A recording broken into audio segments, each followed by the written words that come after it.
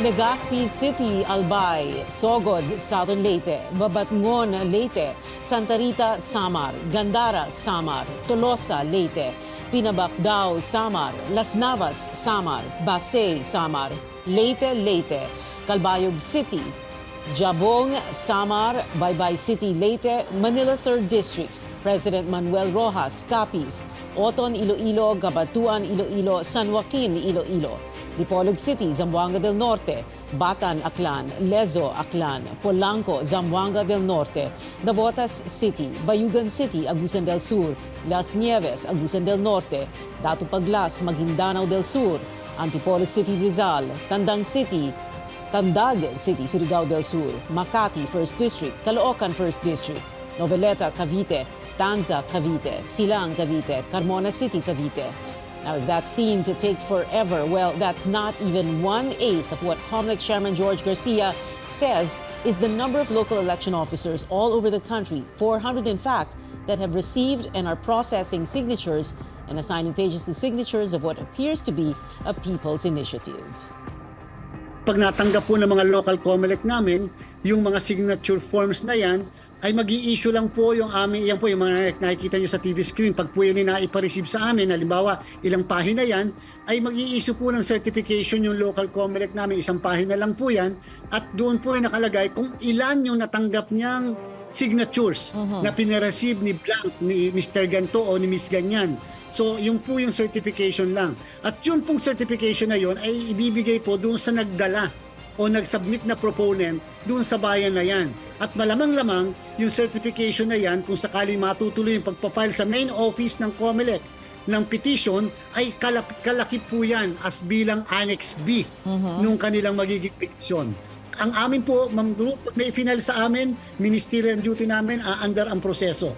Ang magti-trigger po sa COMELEC para i-perform ang kanyang katungkulan o kanyang tungkulin ay pag may na-file na petition. Hanggang sa kasalukuyan, walang na-file na petition. Kahit pa nga may na-file na petition, Ma'am Ruth, hindi pa rin po justified na gumasto sapagkat wala pa rin pong verification at hindi pa naman namin sinasabi na sufficient in form and substance yung kanilang petition kung sakasakali later on. There's an entire process that they need to go through.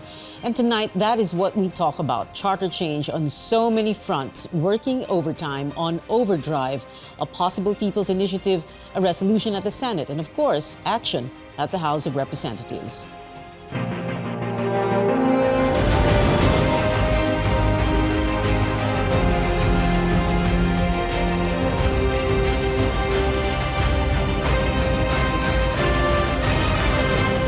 Good evening, I'm Pia Hontiveros. Welcome to your weekly political appointment fix, Politics as Usual. Our guests tonight via Zoom, Senator Pimentel, constitutional expert Christian Monsod, who is a former COMELEC COMELEC chairman, and House Deputy Minority Leader Franz Castro. Good evening, everyone. But we're going to begin with Senate Minority Leader Pimentel. Senator Pimentel, thank you very much for being with us. So let's begin with these pages and pages of signatures, submissions to local election officials, local election offices all over the country. Does this surprise you, Senator Pimentel? Are these genuine? Does this amount to a genuine people's initiative?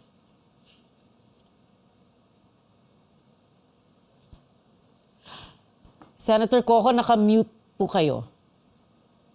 Okay. Sorry. Okay, that remains to be seen, Pia. But from what we know, judging from the subject matter of the petition, which is actually procedural, it does not help the stomach of the Filipino directly. So therefore, I doubt if whether this is really the idea really is coming from the people. A few reports, sir, of some things given in exchange. That is, yun po yung naging laman ng balita in the last few days. Meron daw kapalit itong mga pirma, ang paglagda ng ibang mga kababayan po natin. Will this invalidate this entire people's initiative, you think? Or are these, Yes, can these be set aside? In my opinion, if it can be proven that some signatures were solicited through payment of money or some material of value, or even a promise of something valuable to come in the future, then lagapak na po itong People's Initiative na ito, because clearly the Constitution prohibits that. The idea, the subject matter of the People's Initiative must come from the people, spontaneously, the desire of the people.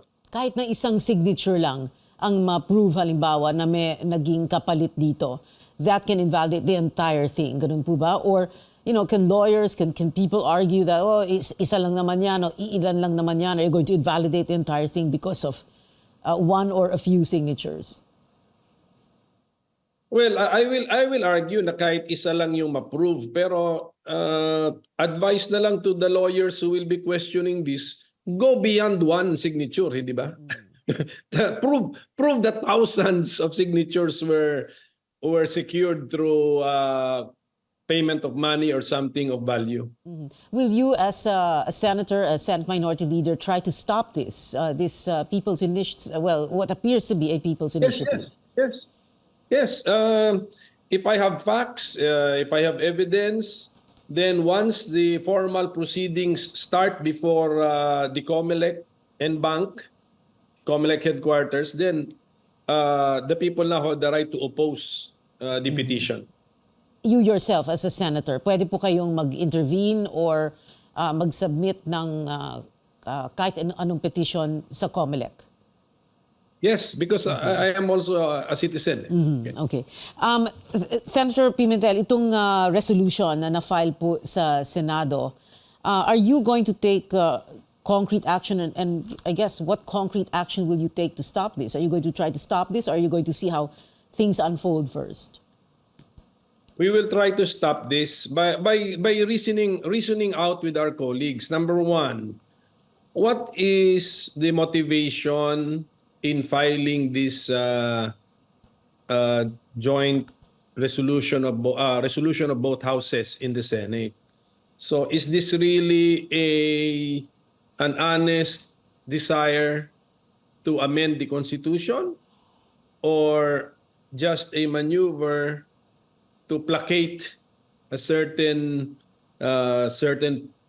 powerful groups in the country, which are maybe in the middle already, or deep into the process of amending the Constitution? So, number one, we'll question the motivation, and then number two, the procedure. In my opinion, when the Senate and even the House of Representatives, now when they start acting as a constituent assembly, there must be a clear break from their function as senators. Dapat there is a clear formal break, right, that now we are now converting the Senate into a constituent assembly. Parang nung impeachment trial. Parang impeachment trial na sinasabi namin now we are sitting as judges. That's why in the impeachment trial, nag-decide nga kami to adopt some symbolism by also wearing robes, di ba? The robes of judges, of magistrates. So yon. And then number three, the third line of defense would be on the substance. Okay. If we're going to talk numbers, sir, will you be able to stop it? Dalawa lang kayo na opposition senators, minority senators in the upper house, in the Senate. Okay, this is my point. The minority in the Senate as a legislature might be different from the minority in the Senate as a constituent assembly. Because there might even be senators who may be in favor of the substance of the proposed amendments, but they disagree with the timing. Sabi nila, wait a minute, ang daming problema ng Pilipinas. Marami nga akong pet bills na mas maganda, unahin natin ito. Mas makakatulong sa taong bayan. Why should we spend countless hours in an attempt to amend the Constitution, which will not address my campaign promises or the legislative agenda that I have. So it's a possibility that the minority in the Constituent Assembly is different from the minority in the Senate as a legislative body. Baka mas malaki ang minority in the Constituent Assembly. Okay. Pero ang pinag-usapan po natin dito, Constituent Assembly, or is this going to be amendment by legislation? That's my point. I think that cannot be done. Because there must be a clear break. Oh. Okay. Is the Senate acting as a part of the legislature? So hindi pwede we just pass this by requiring 3/4 vote. Itong resolution, we pass it by 3/4 vote. No, we must pass it as a Constituent Assembly, and we must declare, the Senate must declare itself formally as now acting as a Constituent Assembly, and then still observe the 3/4 vote. Okay. Senator Coco, I was told to keep you only until 8:10, but I just have one last final question, and that question is, why does the 1987 Constitution even allow charter change if at every step of the way, ang daming nag-o-oppose, ang daming kumukontra?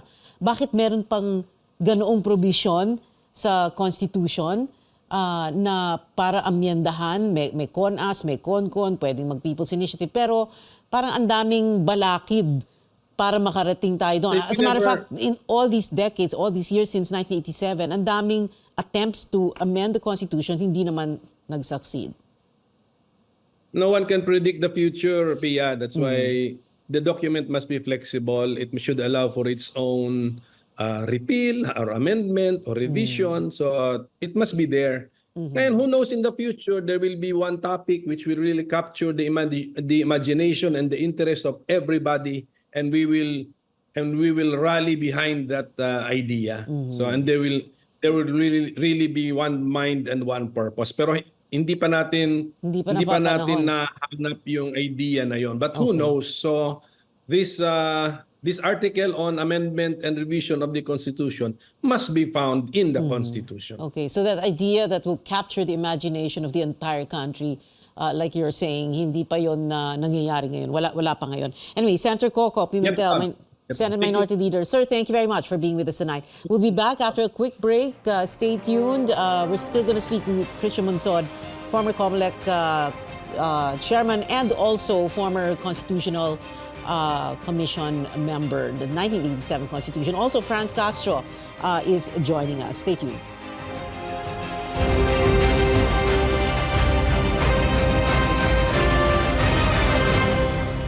Welcome back. This is Politics as Usual. Still with us, constitutionalist Christian Monsod and House Deputy Minority Leader Franz Castro. We're going to speak in this gap to Congresswoman Franz Castro first. Congresswoman Rep Franz, itong People's Initiative, so-called People's Initiative, or what appears to be one, no? It's clear to me you don't believe that this is genuine. How exactly are you going to try and stop this? Well, we have filed nga the House Resolution or House Resolution 1541 questioning this People's Initiative. First, it was tainted by by signature buying. We have identified the different areas in Quezon City, in San Mateo, Rizal, Caloocan, Valenzuela. So ito po kailangan mahir ito sa Kongreso. And also itong talagang sinadya yata itong pagdaragdag ng pondo for the COMELEC. Imagine 12 billion na dinagdag na hindi namin din nabantayan at naalam, na nagulat na lang kami kasi napasa yung na-ratify yung GAA 2024. Na hindi namin ito nakita. At iyon talaga, 12 billion dinagdag dun sa conduct of supervision, conduct and supervision of election, referenda, plebiscite, etc. So yun. And another thing doon sa kakaiba doon sa budget din, the increase of budget in the different programs of the government, dun sa DOLE, yung tupad, yung DSWD, tsaka yung sa health. So wala namang masama na ma-increase itong mga to, no? Kung Yeah. Oo. pupunta ito talaga doon sa mga nangangailangan. So the problem is, yung mga nagpapirma, pinapangako nila ito, may mga payout daw. And incidentally, ngayong quarter na ito, nagbabayaran naman talaga ng 4Ps, no? Doon sa mga qualified na 4Ps. So yun, titignan din natin doon sa resolution, no, yung sinasabing bayaran ng 100 pesos at saka Oo. yung 20 million daw na per district. Oo. Tapos itong pirma na who allegedly initiated this signature campaign, yung kanilang ginagamit na pondo. Is it coming from the public fund? So yun po yung titignan natin. So I worried lang kami, no, kung ito ay ma-hear sa Kongreso because alam naman natin kung saan nanggagaling itong itong Oo. initiative. Tsaka kung pag-uusapan ng numbers, Kong Franz, di ba? Napakaliit ng minority ng grupo na oposisyon sa mababang kapulungan sa House of Representatives. Do you think you're even going to get to first base para matingnan nyo ito, maimbestigahan ito? Yes, yun na nga yung problema, no. So kailangan din natin makita, Pia, no, yung so sana maging open din, open-minded din ang leadership para maimbestigahan itong mga anomalya dito sa signature gathering dito sa People's Initiative. Kasi once na may nangyaring ganito, katulad nga siguro sinabi ni I agree with Senator Pimentel, ay talagang baka mabaliwala yung kanilang ginagawa. Nagulat po ba kayo, Kong Franz, no? So biglang like today, no, ang daming lumabas na as I mentioned earlier in the introduction of the show, ang daming lumabas na mga pictures showing mga local election offices all over the country receiving all these signatures ng tinatawag umano'y People's Initiative. Tapos sabay may nangyayari sa Senado, sabay may nangyayari din sa House of Representatives. Para bang on all fronts may nangyayari. Nakakalula ba yung ganito? Na-overwhelm po ba kayo? Oo Ano nga. bang pakiramdam ng ganoon? Well, Kasi matagal na nating nababalita yung gano'n, ano? I mean, every few years may mangyayari, may pirma, may attempt ng tsa-tsa, etc., no? Para kumbaga nasanay na tayo. well, Pero ngayon, talagang yes, nasanay na rin tayo, no. Medyo matagal na rin naman itong effort ng other groups, no, o different groups na magkaroon ng charter change. At nabigla lang ito, ako, no, meron na palang ganitong ipinapasa sa COMELEC. And tinitingnan natin, Pia, no, kasi ang alam natin, merong nag-rule yata yung Supreme Court about the PI or yung Right. yung Initiative and People's Referendum Initiative. Act. Yes. Kung wala pa itong, kung wala pa itong enabling law, no? So yung sinasabi ng COMELEC na procedure, ay paano ba yon? Gagathered lang ba nila mula ng mga data before the petition? So we don't know yet, ano, kailangan pa namin pag-aralan talaga kung talagang tama nga itong mga procedural, may mga technicalities pa dito na nangyayari. Okay. Itong 1987 Constitution, syempre, well, like we already all know, no, provides specifically for ways to amend it. So you have your CONCON, your CONAS, People's Initiative. Para bang ang tanong why does it even allow ganung amendment? Because every step of the way, ever since 1987, every time somebody comes up with an idea, baguhin natin yung charter, yung 1987 Constitution sa Ligang Batas, palagi may kumukontra at malakas ang tinig ng mga kumukontra. Yes, oo. Kasi tingin natin, sa bahagi namin, Pia, bakit kami kumukontra dito? Kasi wala kami naging dahilan eh. Wala talagang dapat na dahilan kung bakit ngayon or baguhin yung ating constitution. So sinasabi nga natin na hindi naman to perfect. Pero yung mga sinasabing restriction ay maganda yan sa atin eh, di ba? On economic provision, for example, ang dami na nating mga laws providing yung ating mga foreign investments. Ang dami na nating mga law na gano'n. So bakit kailangan pa ng ganito? Kasi natatakot kami, Pia, baka malusaw yung very essence nung 1987 Constitution on social justice, yung human rights parts at saka yung iba pang mga magaganda naman na bahagi ng ating konstitusyon. So ito nga lang siguro may problema lang talaga tayo ang ating Kongreso dun sa mga enabling law. Like for example, paano ba mawawala yung kahirapan dahil may mga korupsyon or whatever, di ba? So ang dami. So dapat pigilan ito. So dapat may mga enabling law din sa mga provision ng Constitution na wala pa talaga. Like yung political dynasty at iba pa Yeah. na mga provisions. Political dynasty, as if the House of Representatives would would introduce a law to that effect. But marami anyway, na rin hindi na talaga hindi pumapasa yung mga provisions na or enabling law na bill or yung bill na pinapasa ng mga kongresista o sa amin for example. okay, ibang episode na po yan, Kong Franz. Congresswoman Franz Castro, maraming salamat po sa inyo, ma'am. Thank you very much for joining us. When we come back, politics as usual, I will be joined by Christian Monsod, former COMELEC chairman, also a member of the 1987 Constitutional Commission. We'll be right back.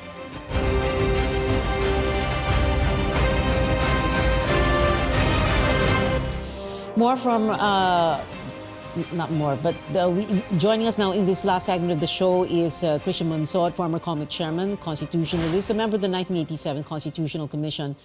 Christian Monsod, chairman, sir, thank you very much for joining us this evening. Can we begin with my last question to Kina Sen Coco and Kong Franz was that the 1987 Constitution allows charter change, and sometimes, in all these years that I've been a journalist, every time a charter change attempt comes up, there's always that big question hanging overhead, no, na parang, why does it even allow CONAS, People's Initiative, if at every step of the way may kumukontra, malakas ang tinig ng mga kumukontra, and nothing has ever happened all these years? Well, actually, there have been 6 attempts to change the Constitution. 2 were dismissed by the Supreme Court, and 2 and 4 were withdrawn because of lack of public support. But let me go back to this issue of People's Initiative. There are 2 questions here. Number 1, is it unconstitutional? Because according to the Supreme Court, in the Santiago and Lambino decisions, there is that the law, by the way, is Republic Act 6735. And in these decisions, they say that there is no specific provision that provides the process of a people's initiative to amend the Constitution. Ang nandun daw sa Republic Act 6735 is the use of people's initiative on national legislation and local legislation. But there is no provision that's explicit on the people's initiative to amend the Constitution. The 1977 case on Santiago, the ponente is Justice Davide, and the 2009 Lambino case, the ponente is Justice Capio. The second issue is just looking at the proposal of the House, which will disempower the Senate as part of the checks and balance system in our government. The check and balance system does not apply only to the 3 great departments of government, the 3 big departments. It also applies to the check and balance in the legislature. Between the 2 houses of and Congress. the proposal to, in effect, disempower the Senate enables the House to totally control the Constituent Assembly. Kaya ang question dyan, ito bang People's Initiative na ito is a revision or an amendment? And those are the questions that now, as far as you're concerned, are hanging, and you're saying that therefore we should not even proceed. Ganun po ba? Para bang, are you saying that on all fronts, tigilan do tong lahat ng attempts to amend the charter? Drop this People's Initiative? No? No, I but am in only other words, referring to the yeah. people's initiative. Wait a minute. Oo. Don't put words in their No, mouth. I'm just asking you, saying sir. I'm asking that you. I'm talking about the people's initiative. Mm. That there is no law. The law of Republic Act 6735 does not have specific provisions on the uh, uh, the people's initiative to amend the Constitution. And it's in both decisions of the Supreme Court. And that's what I'm questioning. That's the constitutionality I'm talking about. And as I see it, there was a compromise behind the scenes on how to handle the people's initiative. And the House is not the petitioner, it's somebody, Mr. Abad. But I understand that the people's initiative will not longer be supported by the House, and that, as the President said in his press statement, that he wants the Senate to lead on the issue of foreign investment, direct investment, and the amendments to the foreign direct investments with the insertion, as it's been presented several times, of the unless otherwise provided by law in about eight provisions of the Constitution on six so-called economic provisions. I'm even surprised that education is part of the so-called economic provisions. So there are many questions here. And I think that the People's Initiative is not being pressed anymore at the ground level.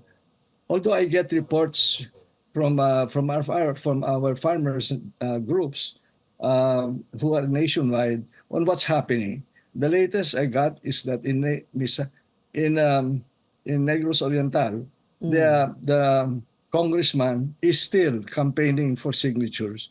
So this puts at questions: was there an agreement in the meeting of Senate President Subiri, the President, and Speaker Romualdez on what is supposed to go on, how it's going to move now, whether the Senate will now Take the admit lead. proposals as a constituent assembly, and then it will, and Senate President Subiri already said that they're open to amendments to three provisions: public services, education, and advertising. And I suppose the agreement, or whatever it is that then the Senate will present that to the House, and we have to listen to the House and what their response is to this.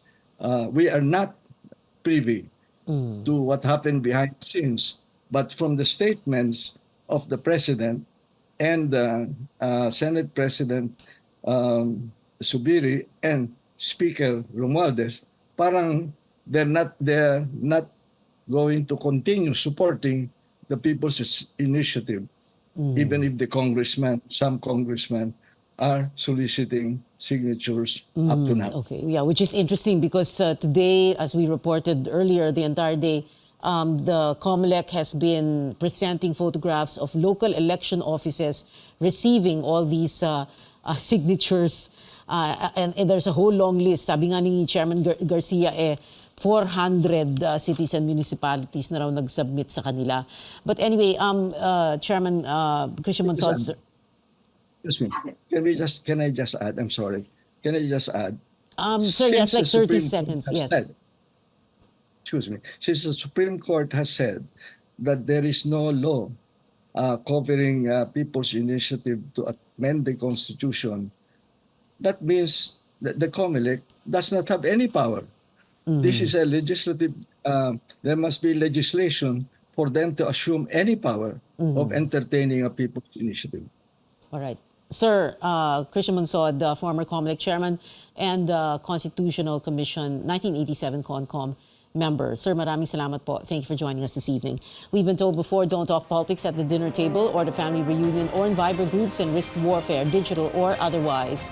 But we can talk about it here at this table, on this show, your weekly political appointment fix. Politics as usual. I'm Pia Hontiveros. See you back here next Wednesday, 8 p.m. Sports Desk with Andre Felix is next.